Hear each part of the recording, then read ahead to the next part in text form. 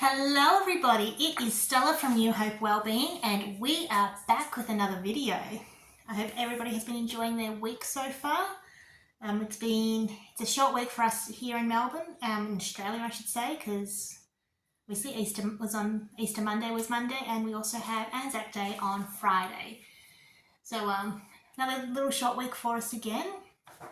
So today we are going to be discussing the next mythology that we'll be covering. So they go by a couple of different names. So they are referred to as the Dacians or the Thracians. I'm going to use Thracians because that's more what I know them as, but the word is interchangeable. I haven't been able to figure out which one came first or which one didn't. But today's video is just more about a little bit of history about this particular mythology. So it was a more difficult one in researching because a lot of it has been blended with Greek and Roman mythology. So trying to break through it all to find where the origins were for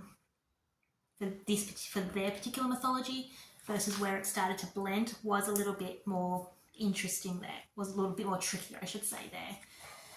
So the region is, so I've got it based, the history based as the Dacians. So Dacia in antiquity is an area of Central Europe, bounded by the Carpathian Mountains and covering much of the historical region of Transylvania, which is modern north-central western Romania, as well as parts of Moldova, Bulgaria, Serbia, Hungary, Slovakia, and the Ukraine. The Gatai and the Dacians were ancient Thracian people who lived in this particular area on the northern plain of the river of the Danube in the Carpathian Mountains, approximately in the territory of what is now modern-day Romania and Moldova. So that is where they were originally from, and then obviously spread a bit more from over the years. Thrace covers the southern part of Bulgaria, the European Turkey, including the Gallipoli Peninsula. They are considered the ancestors of the modern-day Romanian people. So if there are any Romanians who are watching and need to correct me on anything, please put it in the comments. I'm open to learning more about this. As such, the mythology is a predecessor of Romanian mythology. It is freestanding, complex, and is made up of myths, legends, heroes, fantastic magical creatures, rituals, stories, and traditions, being closely intertwined with the main European mythologies.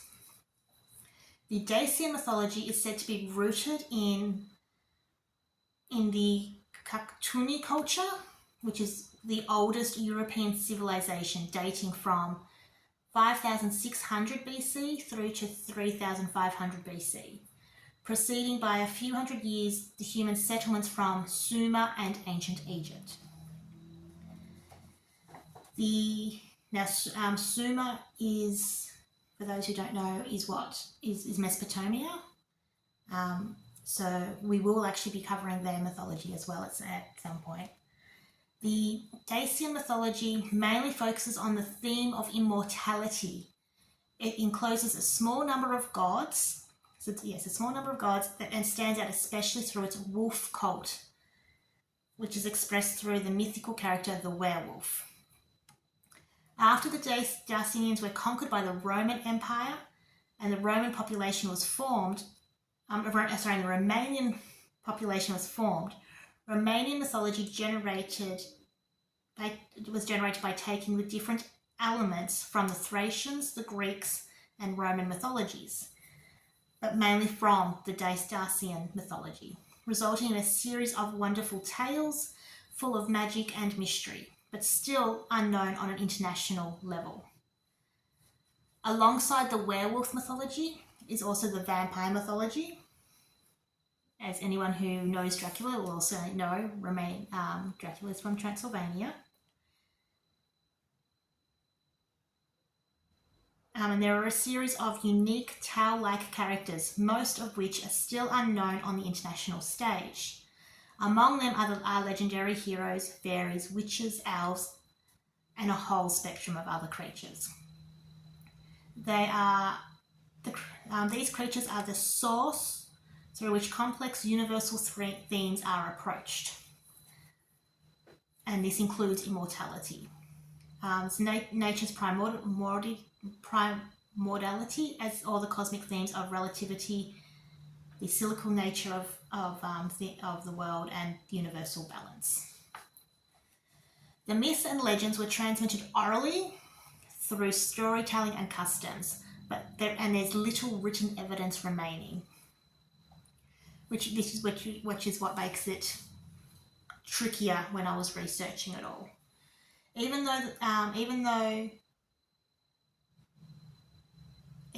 more so as they are, as I said earlier, they have blended with the Greek and Roman mythologies.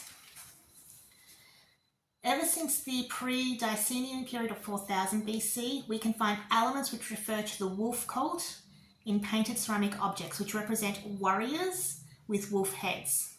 However, throughout the existence of the Dacian people, so that's 168 BC through to 106 AC, their unique focal point was the cult of the wolf, which alongside some well-defined deities outlines a very complex mythology. The Dacians venerated a small pantheon of gods, their supreme deity being, I'm probably going to butcher this name because I'm still researching how to pronounce these names properly, Zamolix. And sometimes Zamolix was mistaken for Gebelizis, the god of thunder, lightning, and rain. Zamolix was considered a god of the dead and the living, representing the underworld and life after death. Sometimes he was perceived as a prophet, represented as a handsome man, a priest in charge of the forces of nature, who also had the distinct power over wild animals, which is the starting point of the Great White Wolf mythology from this region. Besides Zamolixis, the Dacians also venerated Bendis, the goddess of the moon, forest, charms, love, and maternity. Dezelius, the god of human spirits' vitality. Coitus, the mother goddess, the essence of the religion is the soul's immortality. According to their beliefs, the soul travels to Zamolix's realm after physical death, that the Dacians would organize rituals in the citadel sanctuary, and I'm so going to butcher this name, and I'm so sorry to anyone who is from this region and cringing right now. Some is Getsua Regia, the capital of Dacia. The sanctuary is still preserved and it can be visited in modern-day Transylvania, and is also very similar to the mysterious monument of Stonehenge, which is in England, or the famous Mayan solar calendar. Most of the deities find continuity in legends spread all over Transylvania's current territory. The most important is the legend of the Great White Wolf, where we can find the first mentioning of the werewolf mythology. In this legend, Zamolix turned a priest into a white wolf in order to protect Dacia from invaders.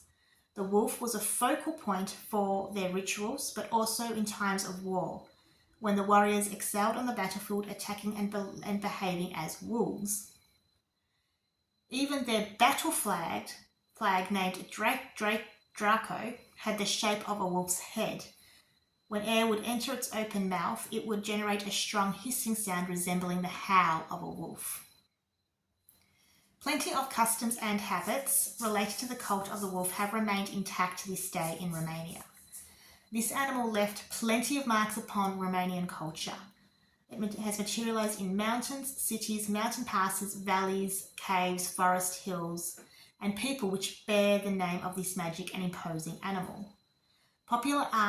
There's popular art that has also been used to create the wolf motif in ceramics and sculpture, including in the decorative esqueletic sculptures. The mythology further generated a series of distinct tales in Romanian mythology, most of them unique on the international level.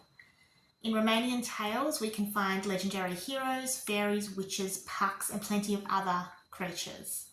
These creatures represent the source through which complex universal themes are approached. Oh, sorry, I just realised I rewrote that whole paragraph again. So that is just a little bit about the history of the mythology that we are about to cover off. We will start going into the actual gods and goddesses with our next few videos. So that is stay tuned. It is, as I said, was a tricky one to research because of the blending with the Greek and Roman mythology. But let's see how I've gone over these next few weeks. Until then, I hope everybody has a great weekend and we'll chat soon. Bye.